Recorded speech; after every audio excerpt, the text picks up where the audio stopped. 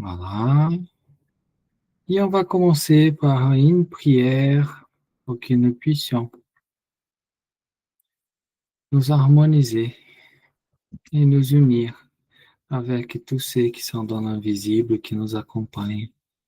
Nous sommes une vingtaine ici, présents incarnés, et bien plus dans l'invisible qui viennent étudier avec nous, nous accompagner et nous guider dans cette étude. Donc, je vous invite tous à vous recueillir quelques instants, à élever votre pensée selon votre croyance.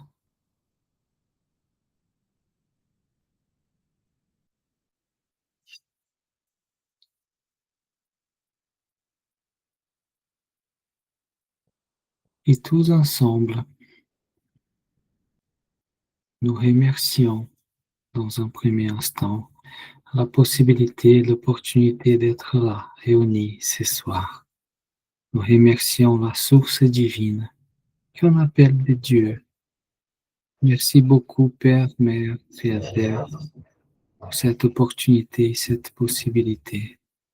Et nous vous demandons, nous vous prions de bénir à tous ici présents pour que nous puissions passer un moment riche en apprentissage, agréable, rempli de joie, de bienveillance, et que les énergies que nous allons mouvemonter par la pensée, par la parole, par nos discussions, puissent en profiter à l'élévation de notre évolution spirituelle, l'élévation de tous ceux qui sont dans l'invisible, mais aussi que ces énergies puissent être utilisées par la spiritualité supérieure pour aider ceux qui ont besoin. Nous allons commencer cette étude avec la permission, l'autorisation de ceux qui organisent dans l'invisible. Merci beaucoup à tous de votre présence. Très bien, les amis. Très bien, merci beaucoup pour votre présence ce soir. Nous allons commencer notre étude du vendredi. Je vais vous présenter.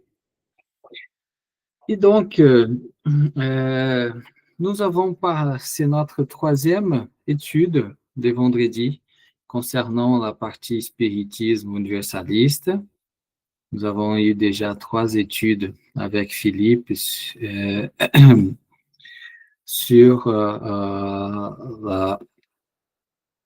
Ah, ça m'a fait les noms. La tradition primordiale. Tradition primordiale. Ma langue, merci Lydie, sur la tradition primordiale qui est un véritable bonheur, tout ce qui nous ramène, Philippe. Et je les remercie d'ailleurs. Dans les 2 premières études que nous avons faites, dans les études précédentes, nous avons parlé sur la désincarnation, l'unique certitude que nous avons dans notre vie, que nous allons tous désincarner. Nous avons commencé par là, par la désincarnation. Est-ce que nous souffrons pendant cette passage qui, vous savez, la vie n'arrête pas. La vie est infinie, la vie, nous sommes des êtres immortels. La désincarnation, c'est une transformation. C'est les corps physiques meurent pour que notre esprit puisse renaître dans une autre dimension. Et nous avons analysé tout cela. Après l'étude suivante, nous avons parlé de qu'est-ce qu'on peut attendre dans la continuité, quand on arrive dans le plan spirituel, quand on arrive de l'autre côté. Qu'est-ce qu'on peut attendre? Est-ce qu'on va souffrir? Est-ce qu'on va être heureux? Et qu'est-ce que ça joue? Qu'est-ce qui fait quand on arrive de l'autre côté, on peut attendre être bien, on peut attendre être dans une souffrance relative. Et là, nous avons parlé du code pénal de la vie future qui est en quelque sorte abordé dans le livre des esprits d'Allan Kardec, mais surtout dans le livre Les ciels, l'enfer Allan Kardec aussi a un chapitre sur ça. Et aujourd'hui, j'avais prévu de vous parler dans la continuité de la vie, justement, de l'autre côté quand nous passons, parce que nous avons parlé du passage, de qu'est-ce qu'on peut attendre, justement les causes qui vont nous amener dans une sphère ou dans un plan, ou dans un lieu où nous serons heureux, bien, ou on peut attendre, comme André Louise dans notre là, être dans une certaine souffrance relative. Et j'aimerais parler de ça aujourd'hui, mais l'orientation, c'est, avant cela, de parler sur la charité. Donc, là, notre équipe spirituelle a demandé de parler un peu de la partie technique et aussi de coupler avec, bien sûr, les enseignements moraux de la doctrine, qui c'est peut-être la partie la plus importante, ou le but de cette doctrine, c'est l'amélioration, notre amélioration. Et la charité, c'est le point, c'est la principale caractéristique ou vertu morale que nous devons développer. D'ailleurs, le drapeau du spiritisme est hors la charité, point de salut. Et la charité, en comprenant ces points-là, on pourra comprendre toutes les parties techniques, comment on va être de l'autre côté. Après, on va parler de la réincarnation par la suite, nos choix des épreuves, pourquoi nous venons, hommes, femmes, riches, pauvres, etc. Et tout ça est lié à la pratique du bien, à la charité. Okay? D'où, aujourd'hui, ce thème, c'est un thème central dans la codification spirite, mais comme on verra aujourd'hui, c'est un thème central dans n'importe quel courant spiritualiste et religieux. Cela, nous allons aborder aujourd'hui. Il y a, avant qu'on commence à parler exclusivement de la charité, juste pour préparer les terrains, les esprits dans la codification spirite, ils nous parlent maintes fois qu'une vérité, quand elle doit être dite, elle est dite partout. Elle ne sera jamais exclusivité d'un groupe ou dans une région du monde. Elle sera envoyée partout, partout, partout. Et cela, c'est une caractéristique de vérité. Et on verra aujourd'hui que la charité, la pratique du bien, de charité, elle est présente dans toutes les cultures religieuses et spiritualistes.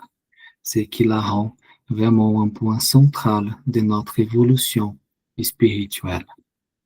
La charité aussi, elle nous permet de servir une des lois les plus importantes, des lois divines, c'est la loi de la fraternité.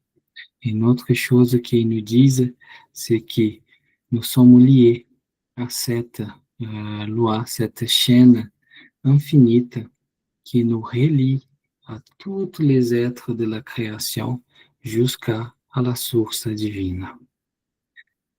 Dans le livre des esprits, quand Kardec il nous demande, il demande aux esprits de définir les biens et les mal, les esprits vont dire de façon très simple que les biens peut être défini comme toute action qui est alignée aux lois naturelles, lois divines, et les mal, toute action qui est contraire à ces lois. Okay. Et il nous dit aussi, comme on verra un peu plus loin, que le fait de ne pas pratiquer les biens, le fait de rester dans l'inaction, des bras croisés, le fait de ne pas pratiquer la charité, c'est une forme d'être contraire à la loi divine, c'est-à-dire c'est une forme de pratiquer le mal. Donc, il nous enseigne que ce n'est pas suffisant, simplement ne pas faire le mal, ne pas faire le bien, c'est une façon de faire le mal. Et que la pratique de la charité, elle est nécessaire. Il nous enseigne encore plus que dans cette loi de la fraternité, dans cette chaîne que nous sommes reliés, il y a toujours quelqu'un qui est supérieur à nous, qui est dans un degré évolutif plus conséquent, dans une marche d'évolution plus haute, il va nous donner la main et nous donnerons la main toujours à quelqu'un qui a un degré plus bas. Et ça fait cette chaîne qui nous relie à la création. Et pour monter les degrés, pour monter ces marches, c'est qui est la pratique de la charité, c'est qui est la pratique du bien. Si on ne pratique pas, si on ne met pas en action l'amour, on ne peut pas aller dans une marche supérieure. On reste stagné. Et pour ça, que dans le spiritisme, dans le christianisme et dans tous les courants religieux et spiritualistes, la charité, c'est le point central, principal. Jésus, d'ailleurs, a fait la condition exclusive pour attendre les cieux. Et on parlera de ça aujourd'hui. Très bien. Juste pour vous donner cette introduction, on va commencer pour parler de l'étymologie du mot charité et définition. Donc, charité, c'est la francisation du mot caritas, qui c'est en latin chrétien, hein, qui ça veut dire amour, amour de Dieu, amour du prochain, et qu'on peut en conclure que c'est un amour en action. Donc là, ça vient l'action, amour en action. Et on va faire cette liaison avec le spiritisme, si on se rappelle les trois aspects de cette doctrine merveilleuse. On a l'aspect scientifique, qui on observe tous les phénomènes, on va étudier l'interaction entre le monde des esprits, des désincarnés, avec les mondes matériels incarnés, et on va définir des lois, on va étudier, on va comprendre. De cette interaction, ça a dérivé les aspects philosophiques, avec tous les témoignages, enseignements des êtres de l'autre côté. On peut répondre aux questions essentielles, d'où nous venons, où nous allons, pourquoi sommes-nous là, pourquoi il y a des souffrances, pourquoi il y a qu'est-ce qu'on peut attendre après la désincarnation, pourquoi certains sont riches, d'autres pauvres, etc. Et c'est là que la doctrine spirite, elle apprend la source dans les témoignages des êtres qui ont vécu des expériences. Et là, nous avons le témoignage des esprits supérieurs qui sont dans un bonheur relatif assez conséquent et des témoignages des esprits dans une souffrance très profonde. Donc, nous avons toute cette contenu. Et de cette partie philosophique dérive la partie morale, parce qu'à partir de la partie philosophique, nous avons la compréhension, mais pour arriver à cette évolution, aller dans des sphères des esprits supérieurs, il nous enseigne qu'il faut agir. Et cette action passe par les actions morales et les moyens. Il est tout simple, c'est la pratique du bien. C'est donner de l'amour, mettre l'amour en action, pratiquer la charité. Simplement comprendre tout ce qu'il y a, ça ne suffit pas. Il faut agir. Et cela, il est dans toutes les courants religieux, spiritualistes. C'est vraiment un levier d'élévation morale et spirituelle. Je vais citer quelques-uns, il n'y a pas tout, mais par exemple, dans l'hindouisme, dans le livre Bhagavad Gita, au chapitre 16, verset 1-3, il va parler de la charité. Et pour qui connaît ces livres, c'est un livre magnifique. C'est un livre des Verseaux qui fait partie d'un livre beaucoup plus grand. Hein. C'est un chapitre du livre Mahamayana, si je ne me trompe pas les noms, et qui a des enseignements qui Krishna nous ramène des enseignements merveilleux. Et tout ce qu'on étudie dans le spiritisme aujourd'hui, là-bas, il était déjà décrit. Il va dire dans ces trois versets, le courage, la purification de l'âme, la persévérance dans l'union mystique de la science, la libéralité, la tempérance, la pitié, la méditation, l'austérité, la droiture, l'humeur pacifique, la véracité, la douceur, le renoncement, les calmes intérieurs, la bienveillance, la pitié pour les êtres vivants, la paix du cœur, la mansuétude, la pudeur, la gravité, la force, la patience, la fermeté, la pureté, l'éloignement des offenses, la modestie. Telles sont, au Bharata, les vertus de celui qui est né dans une condition divine.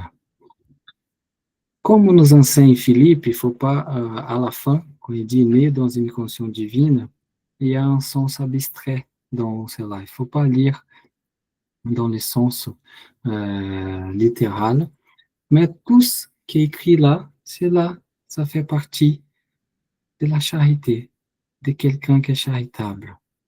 Et quand on pratique la charité, on s'élève spirituellement et moralement. Pour ça qu'on s'élève à une condition divine.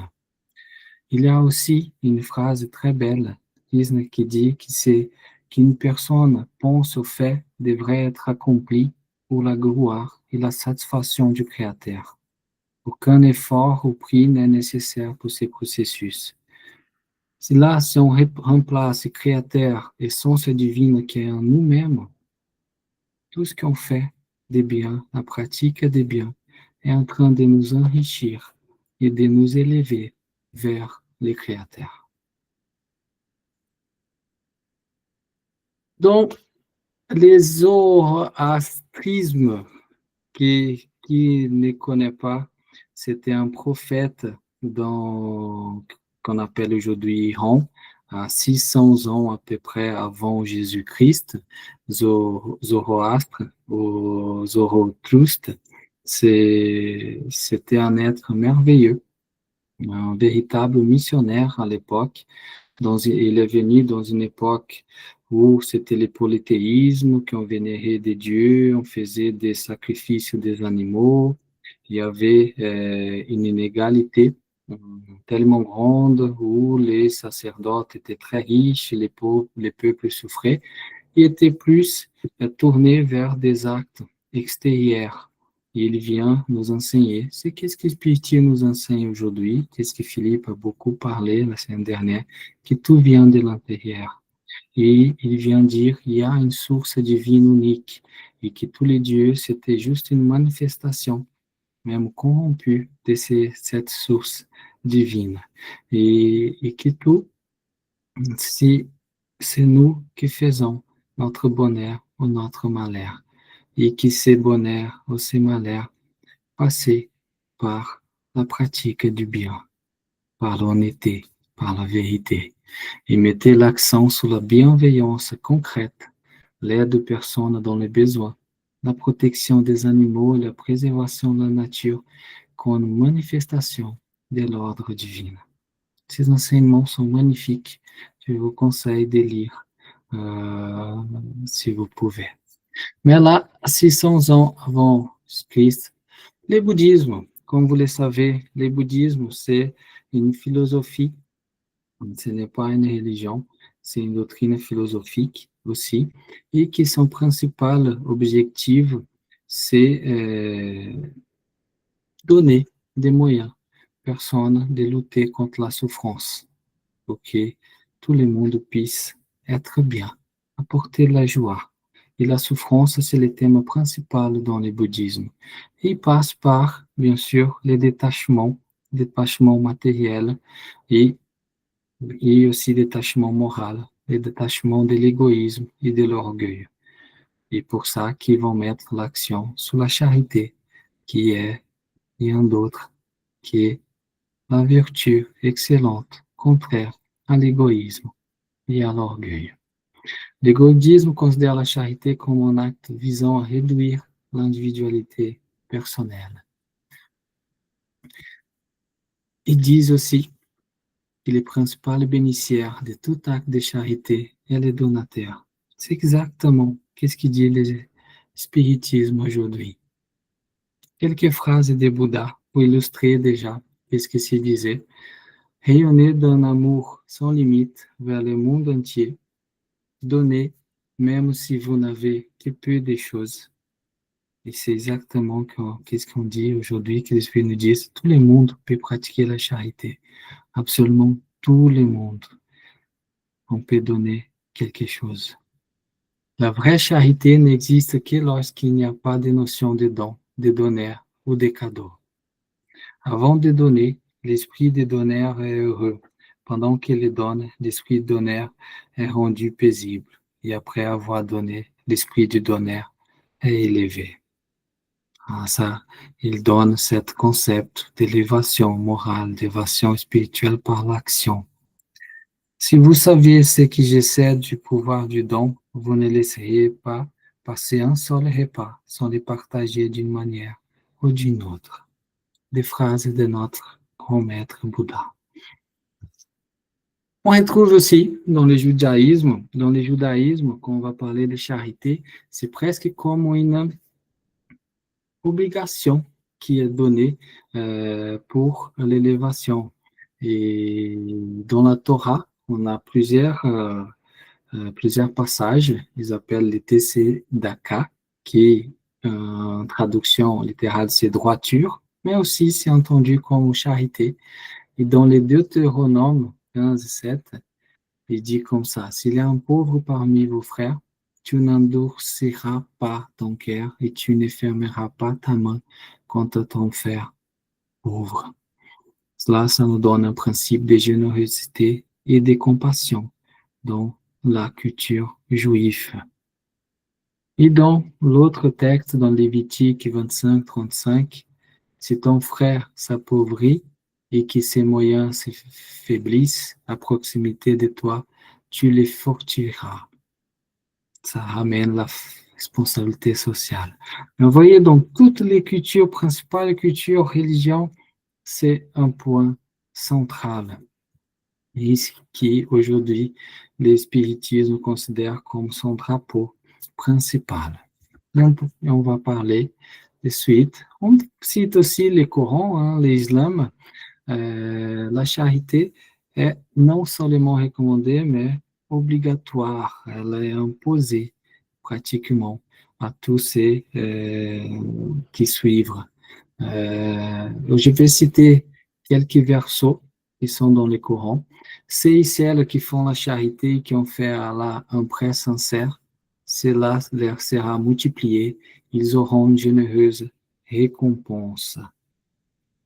Encore une fois, si on prend le sens abstrait, si on ne lit pas dans le littéral, là on est en train de parler de cette chaîne de fraternité, de cette loi de fraternité qui, quand nous aidons, nous pouvons monter un pas en comprenant pourquoi c'est là. C'est la vertu, excellence de notre Dieu, qui c'est un Dieu d'amour. C'est un Dieu d'amour. Il faut faire circuler l'amour pour arriver jusqu'à lui, en d'autres termes.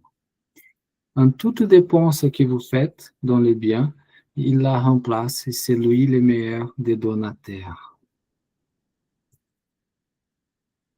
Et nous arrivons dans le christianisme. Jésus,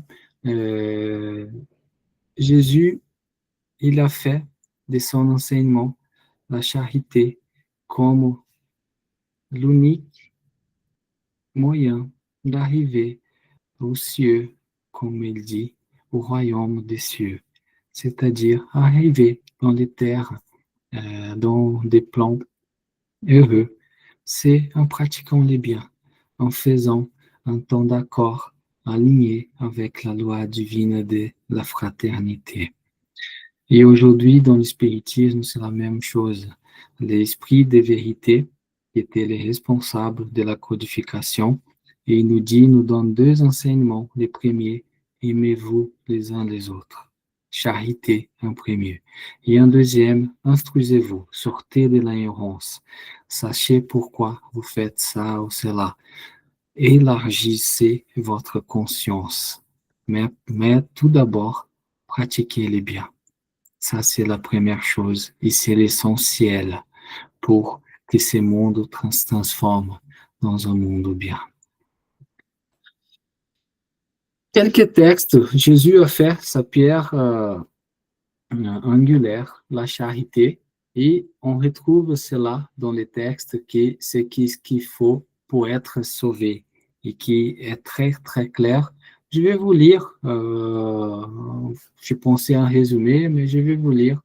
C'est un texte tellement clair, tellement beau, où il fait une parabole suivant les mères de l'époque, bien sûr, où c'est dire, quand le Fils de l'homme viendra dans sa majesté, accompagné de tous les anges, il s'assoira sur le trône de sa gloire, et toutes les nations étant assemblées devant lui, il séparera les uns d'avec les autres, comme un berger sépare les brebis d'avec les boucs. Et il placera les brebis à sa droite et les boucs à sa gauche. Alors le roi dira à ceux qui seront à sa droite, venez, vous qui avez été bénis par mon Père, possédez le royaume qui vous a été préparé dès le commencement du monde. Car j'ai eu faim et vous m'avez donné à manger. J'ai eu soif et vous m'avez donné à boire. J'ai eu besoin de logement et vous m'avez logé. J'ai été nu et vous m'avez revêtu. J'étais malade et vous m'avez visité. J'étais en prison et vous m'avez venu voir. Alors les justes lui répondront, Seigneur, quand est-ce que nous vous avons vu avoir faim et quand nous vous avons donné à manger ou avoir soif et que nous vous avons donné à boire? Quand est-ce que nous vous avons vu sans logement et nous vous avons logé ou sans habit et nous vous avons revêtu? Et quand est-ce que nous vous avons vu malade ou en prison et nous sommes venus vous visiter? Et le roi répondra, je vous dis en vérité, autant de fois que vous l'avez fait à l'égard de l'un de ces plus petits de mes frères, c'est à moi-même que vous l'avez fait. Et ensuite, il dira à qui seront à sa gauche, retirez-vous de moi, maudit.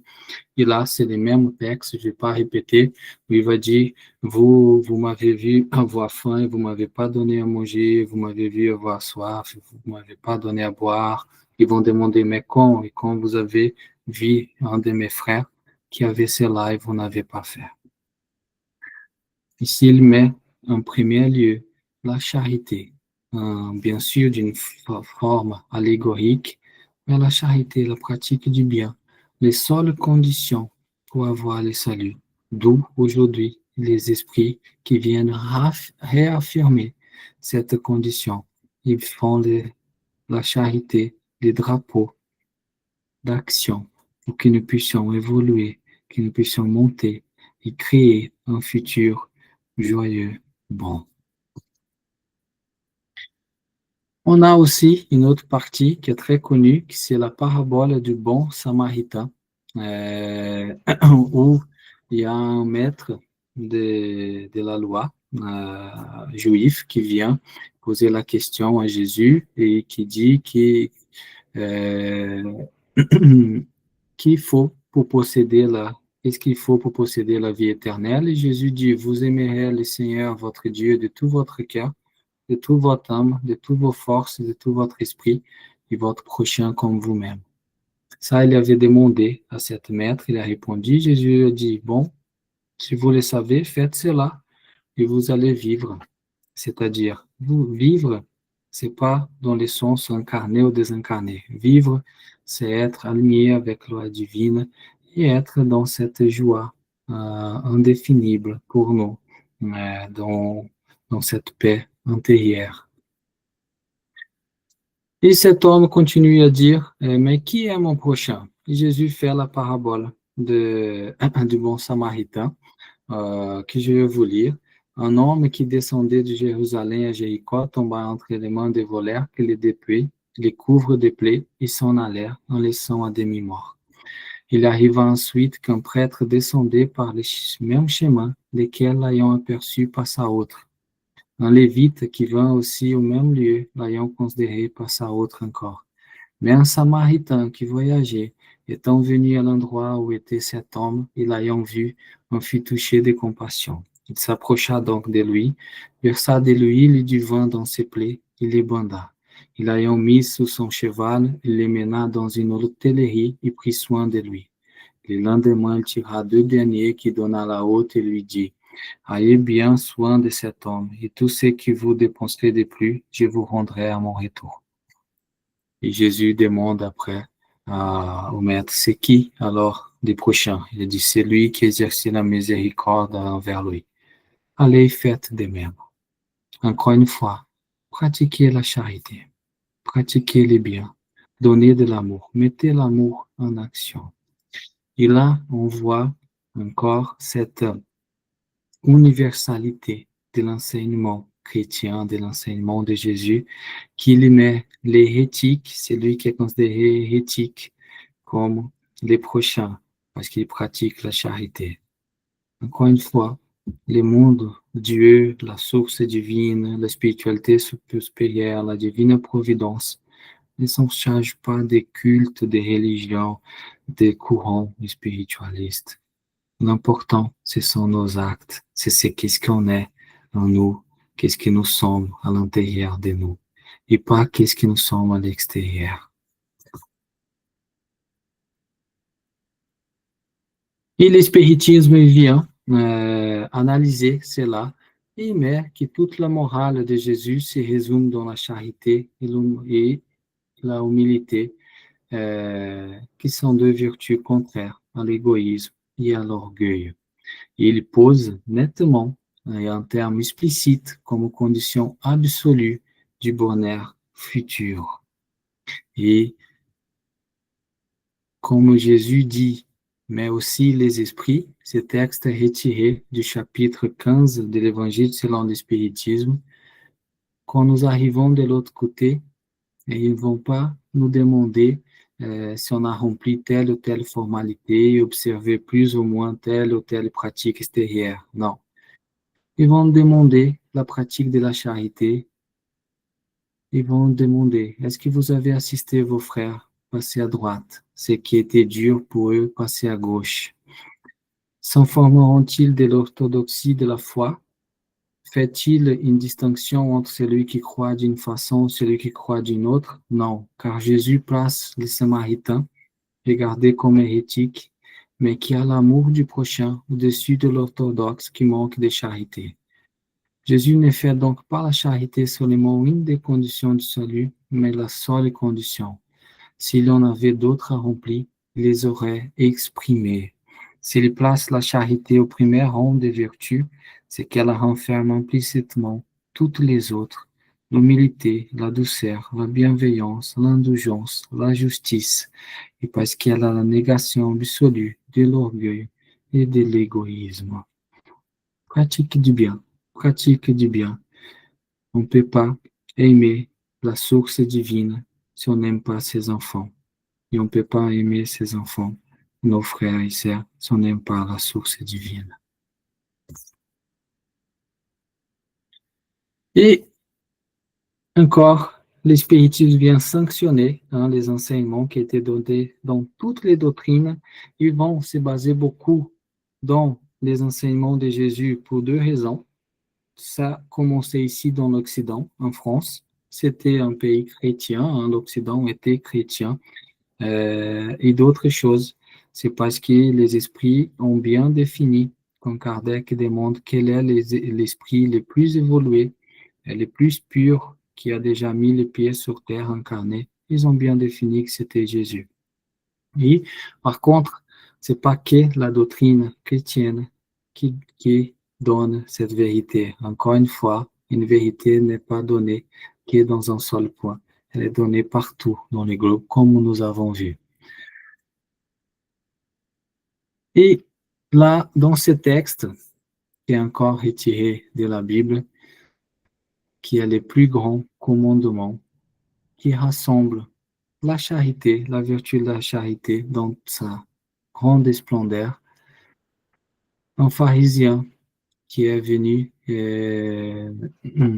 demander, Maître, quel est le plus grand commandement de la loi? Et Jésus répond, vous aimerez le Seigneur votre Dieu de tout votre cœur, de toute votre âme et de tout votre esprit. C'est là le plus grand, le premier. Et le deuxième, vous aimerez votre prochain comme vous-même. Toutes les prophètes et toute la loi sont refermées là-dedans. Donc là, il donne encore, et les esprits viennent rajouter que toutes les lois divines se renferment dans la mise en action de l'amour. Tout l'amour, la loi divine est amour, Dieu est amour, c'est mettre en action l'amour, en faisant circuler l'amour, que nous pouvons arriver jusqu'à lui. Et nous pouvons aimer Dieu sans pratiquer la charité envers les prochains. Tous les devoirs de l'homme se trouvent résumés dans cette maxime qu'aujourd'hui les esprits y mettent bien grand en la charité, point de salut. Et d'autres disent en la fraternité, point de salut, qui c'est la même synonyme. Dans le livre des esprits, dans la question 886, Kardec demande quel est le véritable sens du mot charité et tel qu'il l'entendait Jésus. Les esprits répondent bienveillance pour tout le monde, indulgence pour les imperfections d'autrui, pardon des offenses.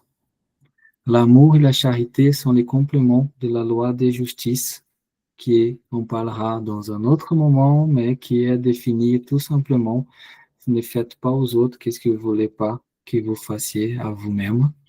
Car aimer son prochain, c'est lui faire tous les biens qui est en notre pouvoir et que nous voudrions qu'il nous fît faire à nous-mêmes. Tel est le sens des paroles de Jésus. Aimez-vous les uns les autres comme des frères. Rappelez-vous aussi de la loi d'action-réaction que certains appellent du karma.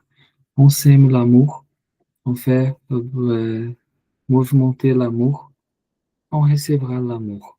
On fait au contraire, on recevra le contraire. Il y a une question qui dit, Jésus a dit aussi, aimez même vos ennemis. Or, l'amour pour nos ennemis n'est-il pas contraire à nos tendances naturelles et l'inimité ne provient-elle pas du défaut de sympathie entre les esprits? Et la réponse est, sans doute, on ne peut pas avoir pour ses ennemis un amour tendre et passionné. Ce n'est pas ça qu'il a voulu dire.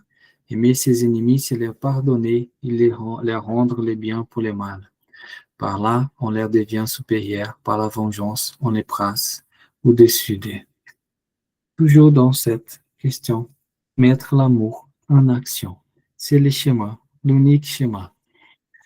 Et il y a un message de notre cher ami Saint Vincent de Paul, qui était lors de son incarnation un homme très, très charitable. Il laisse un message dans le livre des esprits. En tant qu'esprit, il a beaucoup aidé pour la codification, les enseignements.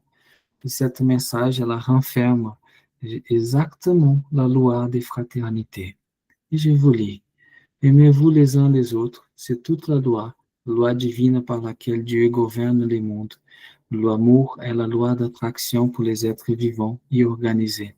L'attraction est la loi d'amour pour la matière inorganique. N'oubliez jamais que l'esprit, quel que soit son degré d'avancement, sa situation comme réincarnation ou dans le plan spirituel qu'on appelle l'ératicité, est toujours placé entre un supérieur qui le guide et le perfectionne et un inférieur vis-à-vis duquel il a les mêmes devoirs à remplir, loi de fraternité. Soyez donc charitables, non seulement de cette charité qui vous porte à tirer de votre bourse le bol que vous donnez froidement à celui qui ose vous la demander, mais allez au-devant des misères cachées. Soyez indulgents pour les travers de vos semblables. Au lieu de mépriser l'ignorance et les vices, instruisez-les et moralisez-les. Soyez doux et bienveillants pour tous ceux qui vous est inférieur. Soyez les mêmes à l'égard des êtres les plus infimes de la création, et vous aurez obéi à la loi de Dieu. Un très bel message qui nous rappelle justement cette douce loi qui est la fraternité, et la pratique, mettre l'amour en action, que c'est le levier pour que nous puissions arriver à des degrés, à des marches supérieures dans les plans évolutifs. Et pour finir, je vais vous lire les messages de Paul, Saint Paul, les messages qu'on trouve dans la Bible et dans les premières épîtres aux Corinthiens, et les messages qu'il laisse dans les évangiles selon le spiritisme, dans la codification spirite, en étant en esprit. C'est un des plus belles messages que je connais et que j'aime, c'est là. Quand je parlerai toutes les langues des hommes et la langue des anges même, si je n'ai point la charité, je ne suis que comme un errant sonnant et une cymbale retentissante. Et quand j'aurai les dons de prophétie, que je pénétrerai tous les mystères et que j'aurai une parfaite science de toutes choses, quand j'aurai encore toute la foi possible jusqu'à transporter les montagnes, si je n'ai point la charité, je ne suis rien. Et quand j'aurai distribué mon bien pour nourrir les pauvres, et que j'aurai livré mon corps pour être brûlé, si je n'ai point la charité, tout cela ne me sert de rien. La charité est patiente, elle est douce et bienfaisante. La charité n'est point envieuse, elle n'est point téméraire et précipitée, elle ne s'enfle point d'orgueil, elle n'est point dédaigneuse, elle ne cherche point ses propres intérêts, elle ne se pique ni s'agrée de rien, elle n'a point de mauvais soupçons, elle ne se réjouit point de l'injustice, mais elle se réjouit de la vérité. Elle supporte tout, elle croit tout, elle espère tout, elle souffre tout. Maintenant, ces trois vertus, la foi, l'espérance et la charité demeurent, mais entre elles, la plus excellente est la charité. Il met la charité, la vertu la plus excellente devant la foi et l'espérance, parce qu'il sait que c'est les moyens d'arriver et de compris que c'est le levier qui nous emporte des sphères joyeuses, qui nous fait vibrer et se connecter à notre essence divine. Et la charité, elle est à disposition de tous, pauvres, riches, femmes, hommes, grands, petits, pouvons tous faire. Et nous parlerons, nous allons conclure là-dessus. Mais avant, ça c'est la message maintenant de Paul dans l'évangile, dans la codification en étant esprit. Il nous dit comme ça, mes enfants, dans la maxime, hors la charité, point de salut, sont contenues les destinées des hommes sur la terre et dans les ciels. Sur la terre, parce qu'à l'ombre de cet étendard, ils vivront en paix. Dans les ciels, parce que ceux qui l'auront pratiqué trouveront grâce devant le Seigneur. Cette devise est le flambeau céleste, la colonne lumineuse qui guide l'homme dans les déserts de la vie pour les conduire à la terre promise. Elle brille dans le ciel comme une auréole sainte front des élus, et sur la terre, elle est gravée dans le cœur de ceux à qui Jésus dira, « Allez à droite, vous les bénis de mon Père. » Vous les reconnaîtrez au parfum de charité qui répondront autour d'eux. Rien n'exprime mieux la pensée de Jésus, rien ne résume mieux les devoirs de l'homme que cette maxime d'ordre divin. Le spiritisme ne pouvait mieux prouver son origine qu'en le donnant pour règle, car elle est le reflet du plus pur christianisme. Avec un tel guide, l'homme ne s'égarera jamais. Appliquez-vous donc, mes amis, à en comprendre les sens profonds et les conséquences, à en chercher pour vous-même toutes les applications. Soumettez toutes vos actions au contrôle de la charité, et votre conscience vous répondra. Non seulement elle vous évitera de faire le mal, mais elle vous fera faire le bien, car il ne suffit pas d'une vertu négative, il faut une vertu active. Pour faire le bien, il faut toujours l'action de la volonté. Pour ne pas faire le mal, il suffit souvent de l'inertie et de l'insouciance. Mes amis, remerciez Dieu qui a permis que vous puissiez jouir de la lumière du spiritisme. Non pas que ceux qui la possèdent puissent seuls être sauvés, mais parce qu'en vous aidant à mieux comprendre les enseignements du Christ, elle a fait de vous des meilleurs chrétiens. Tel donc qu'en vous voyant, on puisse dire que vrais spirites et vrais chrétiens sont une seule et même chose, car tous ceux qui pratiquent la charité sont les disciples de Jésus, à quelque culte qu'ils appartiennent. On s'en fout si on est chrétien, musulman, juif, bouddhiste. L'important, c'est nos actes. L'important, c'est notre essence, c'est l'amour en action. Et d'ailleurs, ils vont plus loin. La meilleure prière, ce n'est pas celle à parler, c'est nos actes, nos actions. Et pour finir, encore une fois, j'espère qu'on a pu passer les messages du pourquoi la charité est mise comme la première vertu à mettre en action, à intégrer. C'est l'amour en mouvement, l'amour en action. Et nous pouvons tous les faire tous les jours, tous les jours. Nous n'avons pas besoin de sauver le monde pour faire la charité. Mais tous les jours, nous avons la possibilité, avec notre mari, notre femme, avec nos amis du travail, nos voisins, nos enfants, nos parents, nos animaux, nous pouvons toujours donner notre temps, être tendre, être compréhensible, pardonner, ne juger pas, aider, des petites actions, nous avons tous les jours, tous les jours. Et c'est cela, des petites actions en petites, ça formera des grandes actions. Et c'est cela qui va transformer notre planète, qui va transformer notre Terre dans un monde meilleur, dans un monde où la charité, la loi divine régnera. Cette semaine, il y avait le médium Roberto Barbosa ici et Dr. Fritz, qui est un esprit, qui pratique la charité à travers sa connaissance. Il est médecin, donc il profite de ses connaissances. Il travaille avec quelques médiums, Roberto est un des, pour aider les incarnés, mais aussi les désincarnés. Il travaille aussi dans le plan spirituel. Et il nous a dit dans une conversation privée que la Terre se transformera pas pour l'action des esprits ou pour l'action des êtres supérieurs comme Jésus, Bouddha, Christ, Marie. C'est mais pour nos actions. Ils sont là pour nous montrer les chemins, pour nous donner la compréhension. Mais c'est nous les responsables, ce sont les incarnés qui sont responsables pour cette transformation de ces mondes, pour créer un monde meilleur et pour créer notre route des bonheurs ou des malheurs. Et la pratique du bien, la pratique de la charité, unie avec la connaissance, la haute connaissance de soi, sont les principales voies pour arriver.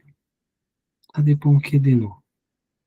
Il y a plein des esprits supérieurs qui aimeraient être incarnés aujourd'hui à notre place, mais ils peuvent pas. Ils peuvent simplement nous aider, nous regarder, nous conseiller. C'est à nous, action. Merci beaucoup. Si vous avez des questions, s'il vous plaît.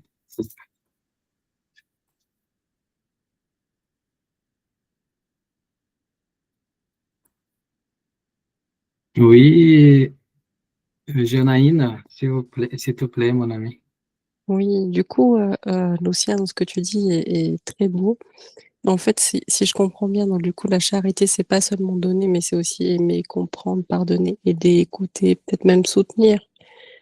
Euh, mais du coup, est-ce qu'elle s'arrête, cette charité, envers les êtres vivants, ou est-ce que un médium peut aussi être charitable envers les désincarnés?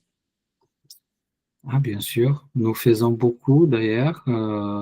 La médiumnité nous permet de pratiquer cette charité au-delà de la barrière physique. Et d'ailleurs, dans notre centre, nous avons beaucoup de réunions qui s'appellent la réunion des aides aux esprits souffrants. tous ceux qui sont dans les souffrances et qui sont prêts à être aidés. Et comme André Louis, si vous vous souvenez, si vous avez regardé les films Norsula, quand il était là-bas dans les bases astrales, quand il a donné une ouverture de conscience pour être aidé, il y a les équipes spirituelles qui sont venues, qui l'ont amené dans un lieu pour être aidé. Et ça, cela, ça consiste en une de nos réunions que nous faisons toutes les semaines, mon ami. Et si Dieu le veut, tu feras aussi l'année prochaine après, quand tu auras fini la formation. Donc la charité n'a pas de barrière. Elle va dans tous les sens. Désincarné vers l'incarné, incarné vers désincarné, incarné vers incarné. Incarné vers les animaux. C'est l'amour en action. Et comme tu as dit, beaucoup de gens assimilent la charité comme les dons matériels. C'est une forme de charité. Mais aussi les dons, juste écouter quelqu'un qui a besoin de parler, c'est une façon de charité. Ou notre mari, il accorde avec mauvaise poêle, au lieu de les sauter dessus, de les taper si on est compréhensible. C'est une façon de charité et vice-versa aussi pour la femme, pour les enfants, pour notre chef. L'amour en action. L'amour en action. Toute forme d'aimer et qu'on met en action, c'est la charité. Merci. Merci.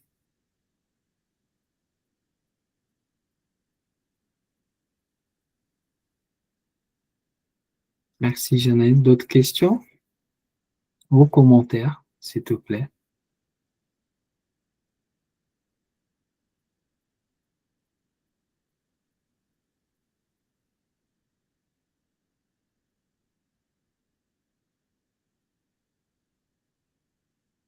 Pas d'autres questions, commentaires? S'il vous plaît, hein, soyez libres de commenter, pas besoin de questions, ou compléter même.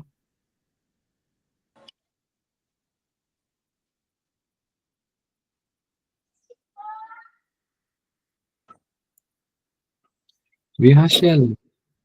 Oui, c'est juste ni un commentaire, ni c'est juste pour dire merci de nous rappeler que finalement la charité, ça peut être vraiment au quotidien dans toutes ces petites actions. Que des fois on s'imagine, comme on dit, que c'est des grands exploits, des donations, etc. Mais en fait, oui, dans le quotidien, avec tout notre entourage, qu'on connaisse les gens ou qu'on ne les connaisse pas. Merci. Merci. Et elle commence par nous, mon ami, à Mm. s'aimer, à se pardonner.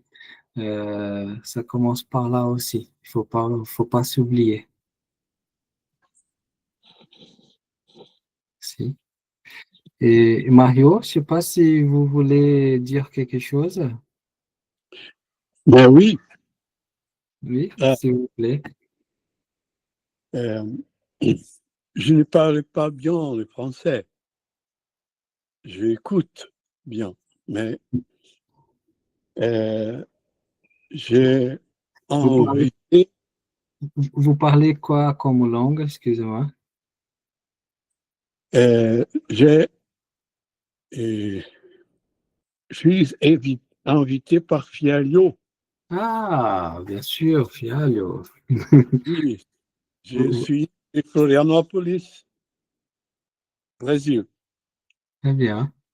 Euh, sur la charité, je pense que c'est le principal concept pour comprendre le spiritisme.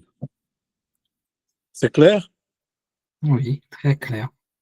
Bon, euh, c'est pour ça que j'ai étudié ces mots.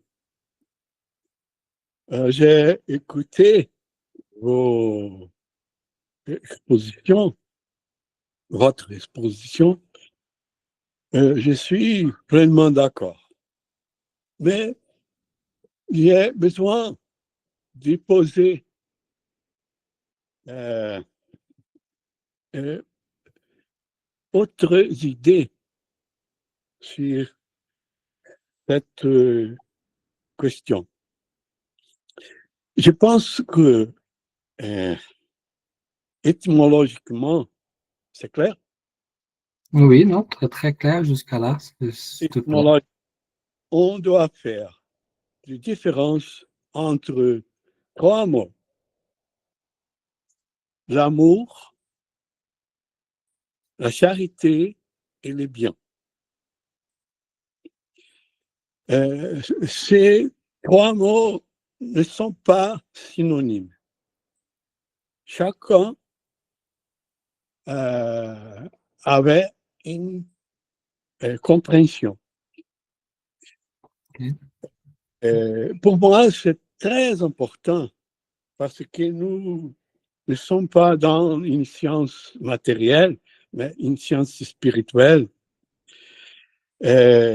Notre point de vue, c'est un point de vue spirituel. Nous devons penser une conception de vie spirituelle, même réincarnée. D'accord. C'est pour ça que ce que je pense, c'est plus important ce que je veux, c'est plus important que ce que je fais. C'est pour ça qu'il y a une différence entre les mots bienveillance et bienfaisance. Si on lit la question Itson 86 sur la charité, quel est le véritable sens du mot charité tel que l'entendait Jésus? Il dit bienveillance. Oui. Il ne dit pas bienfaisance. Et avec l'intention, je suis d'accord. La bienfaisance, c'est une conséquence. Mais pour mon esprit, l'important, c'est que je sois bienveillant. C'est qu'est-ce qu'il dit ici aussi, Paul, dans sa lettre, même si j'aurais distribué mes biens pour nourrir les pauvres, je suis d'accord avec vous, et que j'aurais livré mon corps, bienfaisance, mais pas la bienveillance. Oui. Je peux adresser-vous à la question Itson 96.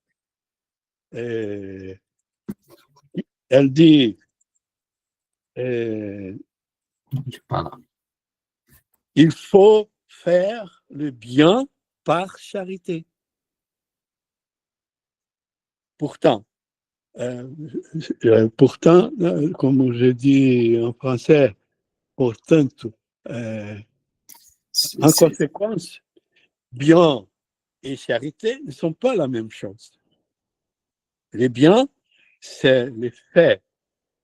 La charité, c'est l'intention. C'est la propriété de l'esprit que j'ai acquise comme moi pour l'éternité.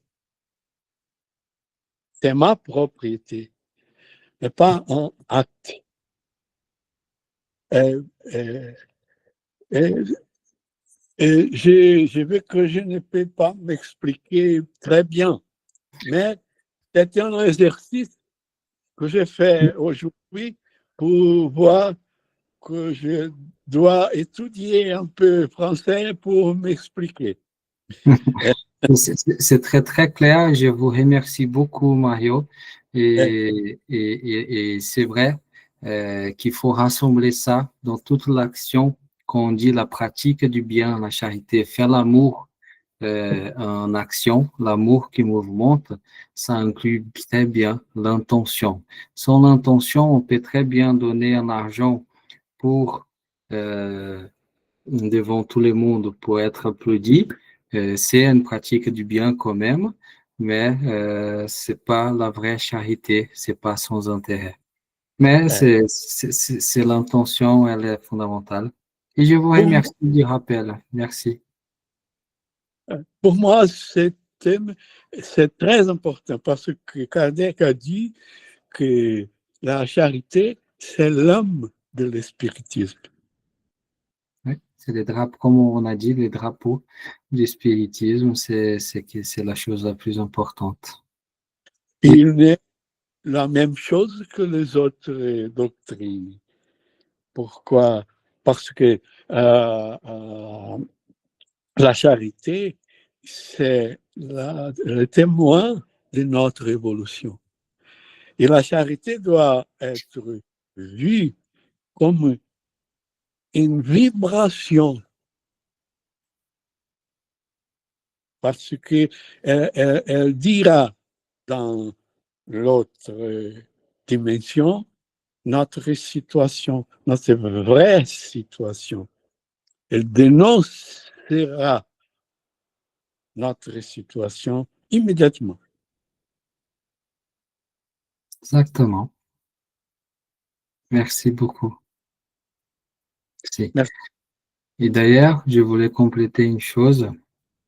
Il y a un chapitre dans l'Évangile selon le spiritisme qui s'appelle les faux prophètes et qui Jésus disait déjà et que le spiritisme vient parler des faux prophètes ou de ceux qui vont abuser de la foi et qui vient là la phrase qui est très connue: on connaît un bon arbre par ses fruits.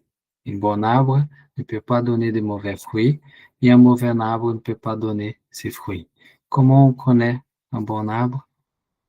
Par sa pratique de la charité. On peut pas, on voit beaucoup, on a des thèmes très controversés par rapport aux médiums, par exemple. Il y a beaucoup qui vont utiliser pour s'enrichir, pour dominer, pour gagner des pouvoirs, des statuts, et qui vont promettre beaucoup de choses. Observez leur vie, observez à qui vous donnez votre confiance. C'est tous ceux qui vont être dans la pratique de la charité la plus désintéressée seront ceux qui vont être les plus assistés par la spiritualité supérieure. Vous savez, Chico Xavier, il est aimé par tout le Brésil. Et pourtant, au Brésil, il n'y a que 6% des spirites. Et par rapport à toute la population, c'est loin d'être la majorité, très, très loin. Mais tous les Brésiliens l'aiment. Pourquoi? Parce qu'il y a, dans toute sa vie, il a pratiqué la charité, il a fait la mise en action, l'amour, dans toutes son splendeur. Un exemple.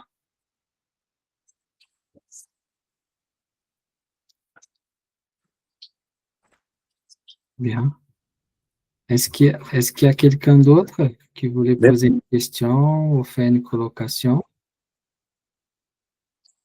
Non, je suis d'accord. Ok, merci. Il y a Jean-Guy ou Lucia, je ne sais pas qui de deux veut aussi. Oui, c'est moi, juste pour dire que ce que tu fais ce soir, de divulguer le spiritisme, de ce que fait Mario pour nous donner toutes ces belles précisions et réflexions, c'est une très belle forme de charité et on vous en remercie beaucoup. On est très contents. Merci Jean-Guy. C'est beaucoup.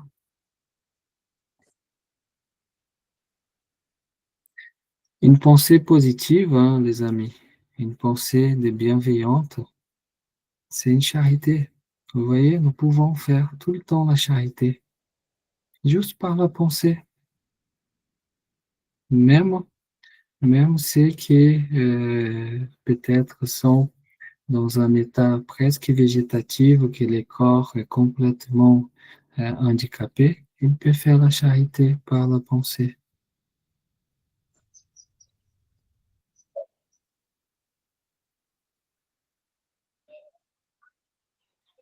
Et c'est peut-être le plus important, la loi de fraternité. Seuls, nous sommes loin de la source divine. Unis, nous nous rapprochons de lui.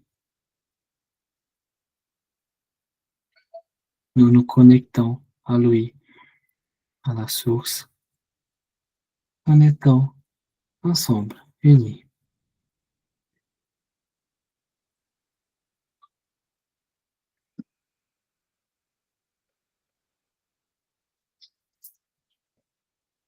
Vous avez d'autres questions ou d'autres colocations?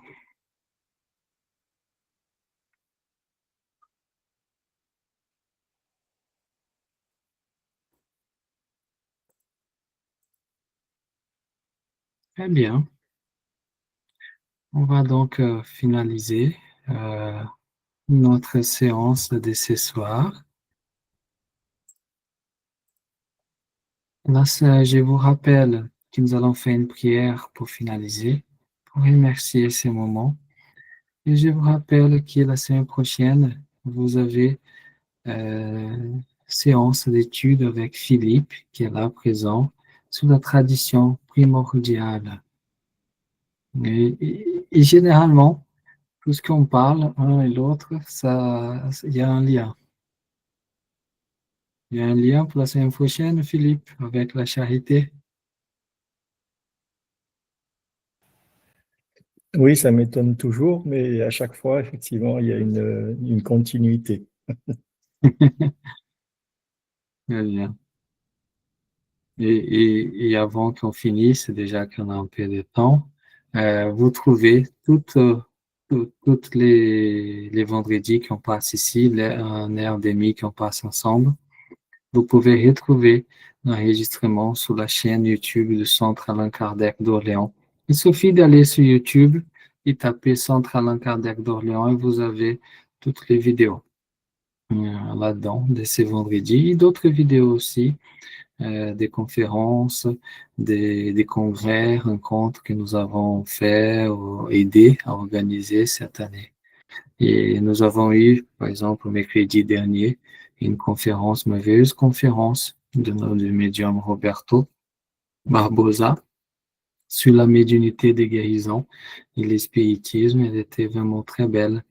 Et elle est déjà sur la chaîne. Pour qui n'a pas pu venir ou qui veut regarder à nouveau.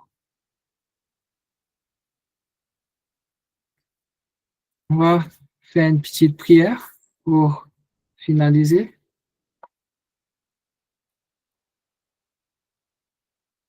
Donc, je vais vous demander de vous recueillir et je vais inviter un ami qui fait vraiment de très belles prières. Il fera en portugais, hein, mais ces prières me touchent toujours le cœur, comme beaucoup d'entre vous, hein, beaucoup qui je connais les prières au droit. Je demandais à notre grand ami Fialho s'il pourra faire la prière des fins, s'il te plaît, aujourd'hui.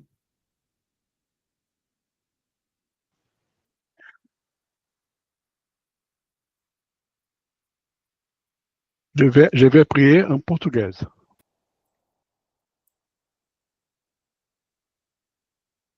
Como o Mário, meu amigo Mário, disse, né? Tudo é vibração. Tudo é vibração.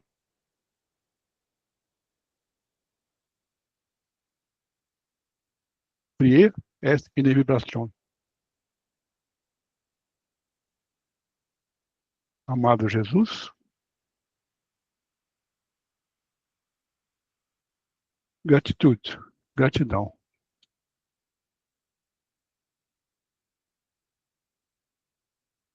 Por toute cette connaissance, por todo esse conhecimento.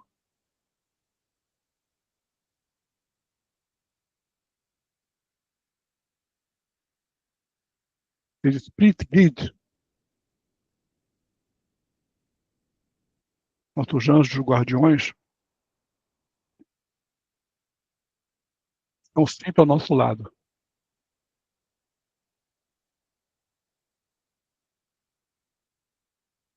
Nos carregando no colo, quando a jornada se torna difícil.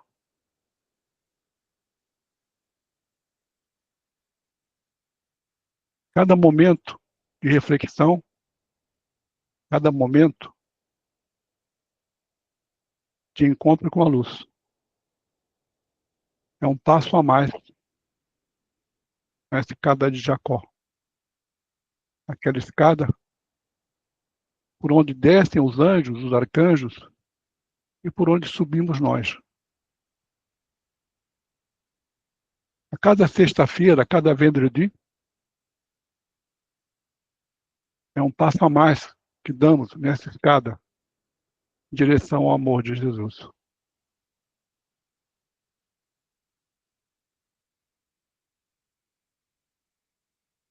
Que la vibração do amor de Jesus possa ser sentida por todos nós. Que possamos receber agora a charité de l'amour, l'amour de Jésus, l'amour de notre mère Marie, l'amour de Thérèse d'Ávila, Jeanne d'Arc, l'amour de toutes les anges et arcanges, toutes les guides. E que possamos levar para o nosso fim de semana essas energias impressas em nossa alma. Elas transbordem as nossas ações, para que possamos sair da reflexão e entrar na ação. Na ação capaz de nos redimir das nossas faltas, que são muitas e são tantas vidas, tantos erros, mas acima de tudo, tanto perdão. Possamos perdoar ao outro e perdoar a nós mesmos. Que assim seja. Amém. Merci beaucoup. Merci beaucoup à tous. De belles soirées.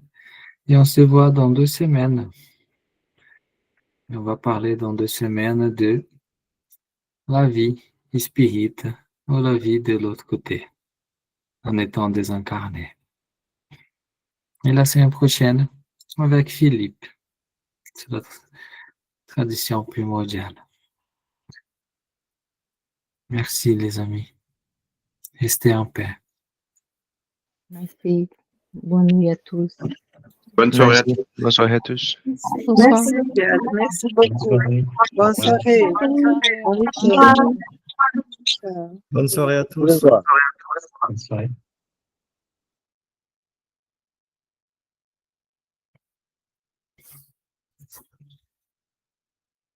Bonne soirée les amis.